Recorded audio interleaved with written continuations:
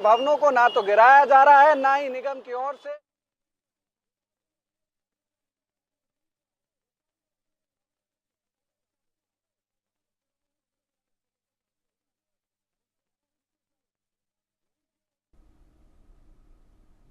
Kohli sir, आपको आवाज आ रही है मेरी? अब आपकी आवाज आ रही है, जी बताइए। कोहली सर, आपका बहुत स्वागत है इंडिया न्यूज में हमारे साथ। आज आज जो चर्चा चली ऑपरेशन सिंदूर को लेकर पार्लियामेंट में, मैं प्रधानमंत्री के जवाब पर बाद में जाऊंगा, लेकिन पहले नेता प्रतिपक्ष राहुल गांधी के उस बयान पर जाऊंगा जो उन्होंने सदन के बीच में दिया। उन्होंने कहा कि अगर इंदिरा गांधी जैसा साहस प्रधानमंत्री नरेंद्र मोदी के पास है तो वो बोले राष्ट्रपति ट्रंप झूठे हैं और उन्होंने सीज फायर नहीं करवाया। हालांकि प्रधानमंत्री ने जवाब दिया है। क्या कहना चाहेंगे इस पर आप? राहुल गांधी जी कुछ भी कह सकते हैं, उनकी आदत ही हो गई है कुछ भी कहने की। अब राहुल गांधी जी के बयानों के ऊपर अगर हम लोग चाहेंगे कि देश की कूटनीति चले तो शायद भगवान ही हमें बचाए। उन्होंने तो कभी कहा था कि एक तरफ मैं आलू डालूंगा, दूसरी तरफ सोना आएगा। सारी दुनिया उसकी वेट ढूंढ रही है, कहाँ है वो यंत्र जिसमें आलू डालेंगे सोना आएगा। एक बार उन्होंने समझाया था जुपिटर की एस्केप वेलोसिटी। अच्छे अच्छे जो लोग जो हैं फिजिक्स पढ़ते हैं, अलग अलग चीजें पढ़ते हैं, वो भी आज इसकी जानकारी लेने में लगे हुए हैं। फिर एक ने कहा था भारत एक मधुमक्खी का छत्ता है। मतलब राहुल गांधी जी कुछ भी कह सकते हैं। पहले केजरीवाल जी ऐसे बोलते थे, अब राहुल गांधी नहीं, जी खैर ऐसा बोलते जुपिटर हैं। की एस्केप वेलोसिटी तो खैर मैं समझ सकता हूं कि वो थोड़ा ज्यादा ही हो गया, लेकिन फिर भी अगर उन्होंने नेता प्रतिपक्ष के तौर पर प्रधानमंत्री नरेंद्र मोदी से पूर्व प्रधानमंत्री की तुलना की है, ये स्तरहीन है या फिर इस चर्चा में ऐसे बयानों की उम्मीद थी और प्रधानमंत्री का क्या जवाब रहा इस पर विस्तार से? मुझे समझ ही नहीं आया कि इसका क्या पक्ष था। इंदिरा गांधी जी ने क्या दिलाया? 1971 में बांग्लादेश को बनवाया। सारे सेना के युद्ध में पकड़े गए थे पाकिस्तान के सैनिक, और फिर उन्होंने कागज पे दस्तावेज कर दिया। पीओके क्यों नहीं वापस लिया? पंडित नेहरू ने तो यूएनएससी की हमारे को जो मेंबरशिप मिलनी थी वो त्याग दी। तो जिन लोगों ने बड़ी बड़ी बातें करके गरीबी हटाने की बात की थी 1971-72 में, गरीबी हटी। वो तो प्रधानमंत्री जी क्यों गरीबी हटा और बैंक राष्ट्रीयकरण हुआ इंदिरा गांधी जी के दौरान उनके कार्यकाल में, ताकि गरीबों के बैंक अकाउंट खुले। ये तो प्रधानमंत्री नरेंद्र मोदी जी ने प्रधानमंत्री जनधन योजना को लेके गरीबों के निशुल्क, जिसमें पैसे हो ना हो उसके अकाउंट खुलवा दिए। आज उन सब अकाउंट में लोगों के पैसे हैं। तो ये कहने की बातें हैं। इसलिए मैंने कहा राहुल गांधी जी कुछ भी कह सकते हैं, सुन लेना चाहिए। तथ्यों के आधार पे हम एक और विस्तार से चर्चा अलग से कर सकते हैं। क्या कांग्रेस ऑपरेशन सिंदूर को लेकर जो मानसून सत्र के पहले से जो एक हवा खड़ा कर रही थी, क्या वो ऑपरेशन सिंदूर और पहलगाम हमले के फैक्ट्स के नजदीक अपनी बातें रखती आपको दिखाई पड़ी? कांग्रेस पार्टी कभी भी फैक्ट्स पे बोलती है? कांग्रेस पार्टी आरोप लगाते हैं उनके नेता। अब देखिए चिदम्बरम जी ने 2-3 दिन पहले क्या कहा, होम ग्रोन टेरर की बात की। आज हमारे देश के गृह मंत्री अमित जी शाह ने क्या कहा सदन के अंदर कि हमने इन पाकिस्तानियों को मार दिया। पूरे सबूत के अलग अलग मापदंडों से स्पष्ट कर दिया कि यही वो आतंकवादी हैं और यही पाकिस्तानी नागरिक है। अब कांग्रेस पार्टी ने क्या देश के साथ एक मजाक नहीं किया? देश के ऊपर एक प्रश्न नहीं उठाया? और पहले उन्होंने सैफरन टेरर की बात नहीं की थी? बिल्कुल गलत, बिल्कुल निराधार रूप से उन्होंने इस शब्दों का प्रयोग किया। क्यों? क्योंकि राहुल गांधी जी ने इस शब्द का प्रयोग किया किसी राजदूत से मिलते समय। जब डोकलाम हो रहा था तो राहुल गांधी जी चुपचाप से चीन के राजदूत से मिलने गए जी। तो मतलब ये सारी चीजें स्पष्ट करती है कि कांग्रेस की सोच एक अलग है। प्रश्न पूछना, कहना मैं नेता प्रतिपक्ष है, वो अपनी जगह है। देश हित में कितना वो बोल रहे हैं जनता को तय करने दीजिए। ये सारे बयान उनके सामने। नलिन कोहली सर, लेकिन आपने अभी जिक्र किया कि गृह मंत्री अमित शाह ने आज फैक्ट्स और एक एक चीज सामने रखते हुए यह बता दिया कि पहलगाम में शामिल लोग, वो चाहे सुलेमान हो, वो चाहे यासिर हो या बाकी तीसरा, उनको यहां पर न्यूट्रलाइज कर दिया गया और उनको उनके मुकाम पर पहुंचा दिया गया।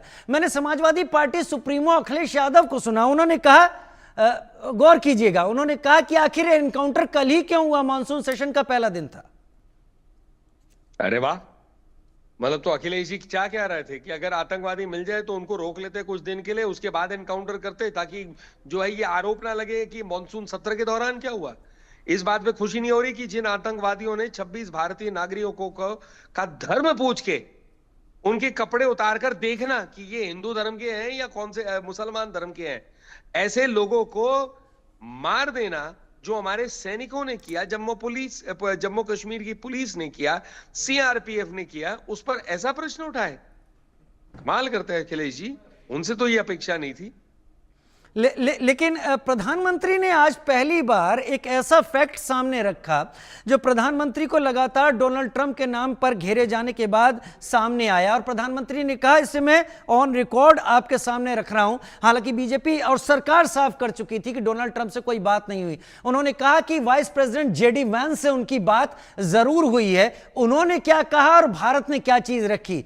क्या भारत के प्रधानमंत्री का जेडी वैंस को दिया हुआ जवाब इस बात का इशारा था कि भारत अब टेरर को लेकर कोई भी इफ बट में फंसने वाला नहीं है? भारत जो है अपने देश हित में, अपने सुरक्षा के हित में, अपने नागरिकों की चिंता करते हुए भारत सरकार नरेंद्र मोदी जी के नेतृत्व में जो कदम भारत के हित में है वही उठाएगी। और इसीलिए उन्होंने जो आज कहा सदन में कि अगर पाकिस्तान गोली चलाएगी तो हम गोला से जवाब देंगे, और दिया, जो कहा सो किया। प्रधानमंत्री कह रहे थे कि जिन्हें भारत का पक्ष नहीं दिखता उन्हें मैं आईना दिखाने के लिए आज खड़ा हुआ हूं, और शायद उन्होंने कांग्रेस की चलाई जा रही सभी सरकारों के लिए गए फैसले को एक एक करके आज तक तौल दिया। कहां उन्होंने देश के साथ क्या समझौता किया है? बिल्कुल, प्रधानमंत्री जी तथ्यों के आधार पर बोल रहे थे, तथ्यहीन आरोप नहीं लगा रहे। यही नेता प्रतिपक्ष के भाषण और प्रधानमंत्री के भाषण में फर्क है।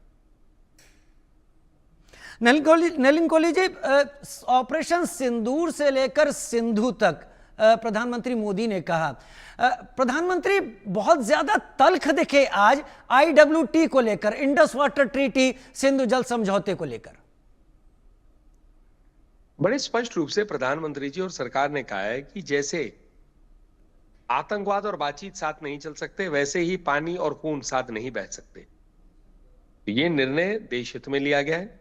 जिस प्रकार से इंडस वाटर ट्रीटी 1960 के दशक में पंडित जवाहरलाल नेहरू जी की सरकार के चलते उसमें जो जो तय किए गए थे वो कहां तक आज देश हित में है, उस पर भी एक गंभीर चर्चा की आवश्यकता है। और देश में मूल रूप से लोग मानते हैं कि ये ट्रीटी बहुत पहले इसको खत्म कर देना चाहिए था। प्रधानमंत्री ने यह भी कहा कि यह ट्रीटी भारत के साथ एक धोखा है। क्या आप भी मानते हैं जो तब किया गया? भारत के साथ तो बहुत कुछ हुआ है, अलग अलग प्रधानमंत्रियों को जवाब देना चाहिए। यूएन के सिक्योरिटी काउंसिल में हम सदस्य क्यों नहीं है जी, वो भी इतिहास का एक भाग है। पीओके वापस क्यों नहीं आया? अक्साई चिन क्यों चीन के पास गया? इतने हजारों किलोमीटर गए, इसलिए अब मैं क्या कह सकता। एक और चीज जो शायद प्रधानमंत्री, मुझे ऐसा लगा उनके जब जवाब के दौरान, शायद वो बहुत देर से, बहुत महीनों से शायद इसको मथ रहे होंगे और आज उन्होंने जवाब देते वक्त इसको सामने रखा। उन्होंने आत्मनिर्भरता को लेकर कांग्रेस को बहुत घेरा, बड़ा मजाक उड़ाया गया मेक इन इंडिया कैंपेन का, आत्मनिर्भरता का। प्रधानमंत्री ने कहा कि हमारे आत्मनिर्भर हथियारों ने ही भारत को ऑपरेशन सिंदूर में पिन पॉइंट प्रिसीजन स्ट्राइक दी है। बिल्कुल, क्योंकि आत्मनिर्भर भारत प्रधानमंत्री जी ने शुरू से ही कहा, इसी पे काम चल रहा है। और प्रधानमंत्री जी ने यह भी तय कर दिया कि हम अपने सैनिकों को और सुरक्षा बलों को ऑपरेशनल फ्रीडम देते हैं। इसीलिए सर्जिकल स्ट्राइक हुए, इसीलिए बालकोट हुआ और इसीलिए ऑपरेशन सिंदूर हुआ। यदि कांग्रेस के मापदंडों से चलते तो वो वोट बैंक की राजनीति में कभी भी शायद ये निर्णय नहीं लेते। वही वायनाड से सांसद प्रियंका वाड्रा ने यहां पर यह भी कहा कि हमने आज तक ऐसा नहीं देखा कि इतना बड़ा सिक्योरिटी लैप्स हो जाता है और ना तो गृह मंत्री या कोई वरिष्ठ अधिकारी किसी का इस्तीफा या किसी का पद से त्यागपत्र हम देखते नहीं है। मुंबई 26/11 के बाद प्रधानमंत्री जी या उस समय के गृह मंत्री ने इस्तीफा दिया था? मक्का मस्जिद ब्लास्ट के बाद कभी दिया था? क्या बातें कर रहे हैं। आजकल क्या हो गया है राजीव जी, ये आंकड़े सब इंटरनेट पे अवेलेबल है। थोड़ा सा भाषण देने से पहले गूगल पे ही थोड़ा सा चेक कर ले या किसी और माध्यम से, तो सारी जानकारी मिल जाएगी। अब आज से 40 साल पहले नेहरू गांधी परिवार का एक अलग युग था। उस युग में जो कह दो वो मानना ही पड़ेगा, क्योंकि लोगों के पास और कोई जानकारी होती नहीं थी। अब लोगों के पास पूर्ण जानकारी है। तो जब ये ऐसी बातें करते हैं वरिष्ठ लोग, तो मुझे लगता है इस आरोप को लगाते समय एक उंगली जो सामने रखते, 3 उंगलियां उनकी तरफ दिख जाती हैं। अब कहां तक उनको इसका फायदा मिल रहा है, ये तो वो खुद ही सोचे उस पर, राजीव जी। नलिन जी, खैर आपके रक्षा मंत्री राजनाथ सिंह, उनका एक लंबा अनुभव है, लेकिन कुछ एक्सपर्ट से मैंने उनके एक बयान को, सदन में दिए गए बयान को लेकर बात की। एक्सपर्ट्स थोड़ा सा अलग बात कर रहे थे। रक्षा मंत्री राजनाथ सिंह ने कहा, हमारी मूल प्रकृति बुद्ध की है और हम इस बात में अब भी यकीन नहीं करते, या हम इस बात को मानते हैं कि एक समृद्ध पाकिस्तान हमारे हित में भी है। जबकि एक्सपर्ट का कहना है कि वर्तमान सिनारियो में एक समृद्ध पाकिस्तान कभी भी एंटी इंडिया पॉलिसी से अलग नहीं हो सकता। वो जब भी समृद्ध होगा भारत के खिलाफ ही काम करेगा। नहीं, मैं इसको एक कदम और आगे बढ़ के थोड़ा आपके माध्यम से आपके दर्शकों को भी समझाना चाहूंगा। याद करिए, केरल में बहुत साल पहले प्रधानमंत्री नरेंद्र मोदी जी ने एक भाषण में कहा था, पाकिस्तान को आह्वान करते हुए, कि हमारी जो युद्ध है, हमें अगर युद्ध करना है तो गरीबी के खिलाफ लड़े। जी, याद है। हमारी युद्ध पाकिस्तान के नागरिकों के साथ नहीं है, हमारा युद्ध उस मानसिकता और आतंकवादी संगठन से है। इसलिए ऑपरेशन सिंदूर में भी किसी भी वहां पाकिस्तान के नागरिकों के ऊपर में ना कोई हमला किया गया, केवल आतंकवादी ठिकाने या ऑपरेशनल पॉइंट ऑफ व्यू से जो उनके सैनिक ठिकाने थे उन्हीं पे किया गया। मुझे लगता है ये संदेश बड़ा स्पष्ट है। उस मानसिकता और उस इकोसिस्टम से हमारी लड़ाई है, पाकिस्तान के आम नागरिक से नहीं।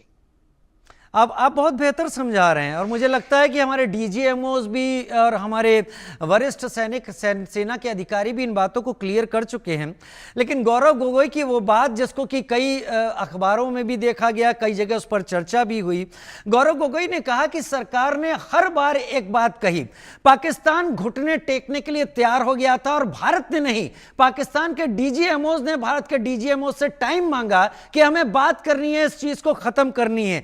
अगर पाकिस्तान घुटने टेकने के लिए तैयार था, आप क्यों रुके और किसके कहने पर रुके? किसी के कहने पे नहीं रुके, ये तो प्रधानमंत्री जी ने स्वयं स्पष्ट कर दिया। और दूसरी बात, क्यों रुके, ये हमारे सेना अपने ऑपरेशनल पॉइंट ऑफ व्यू से और जो ऑब्जेक्टिव्स मीट हो गए हैं उसके आधार पे तय करेंगे। मैंने पहले ही कहा, ये कोई खेल नहीं है। अगर किसी को ये खेल खेलना है वो अपनी पार्टी में खेले, भारत के राष्ट्रीय हितों के साथ ये खिलवाड़ ना करे। आपको लगता है कि सदन में पहलगाम और ऑपरेशन सिंदूर को लेकर जो चर्चा हुई, उसमें विपक्ष केवल आरोप लगाने की तैयारी करके आया था, फैक्ट्स को जानबूझकर दरकिनार कर रहा था, और यह भी आगे अगर चर्चा कुछ और होती है तो यही रूप दिखेगा? बस ये मेरा आखिरी आपको जवाब होगा, क्योंकि मुझे आपको आज्ञा देना पड़ेगा राजीव जी। लेकिन ऐसा है, ये रुख हमें पहले से ही दिख रहा है। वो चर्चा की मांग करते, चर्चा में उनका ना तो कोई ऐसी तैयारी होती है, ना कोई उनकी इच्छा है कि चर्चा में कोई अच्छे रूप से भाग ले। केवल शोर करते हैं। उनका ठीक है, उनको लगता है ये एक अवसर होता है, देश के नागरिक जो हैं उनकी बात सुने, अच्छी तैयारी के साथ आए, तथ्यों के आधार पे बोलेंगे तो नागरिकों के पास भी जानकारी मिलेगी। जहां सेना ने अच्छा काम किया उसकी तारीफ करनी चाहिए। सेना कोई राजनीतिक दल तो है नहीं, सेना कोई वोट के लिए तो उतरते नहीं है। सेना की जहां पर प्रशंसा करनी चाहिए, एकजुट आवाज में हमें करना चाहिए। राजनीतिक लड़ाई जो भाजपा, कांग्रेस या अन्य दलों के बीच में, वो अपनी जगह। नलिन जी, बहुत विनम्र होकर आपने मेरे सभी सवालों का जवाब दिया और मुझे इतना मौका दिया कि मैं आपके समय का सदुपयोग कर सकूं उन सवालों के साथ जो सरकार पर विपक्ष के हमले की तौर पर सामने आ रहे थे। राष्ट्रीय प्रवक्ता भारतीय जनता पार्टी नलिन कोहली, आपका समय निकालने के लिए बहुत धन्यवाद मेरे साथ जुड़ने के लिए।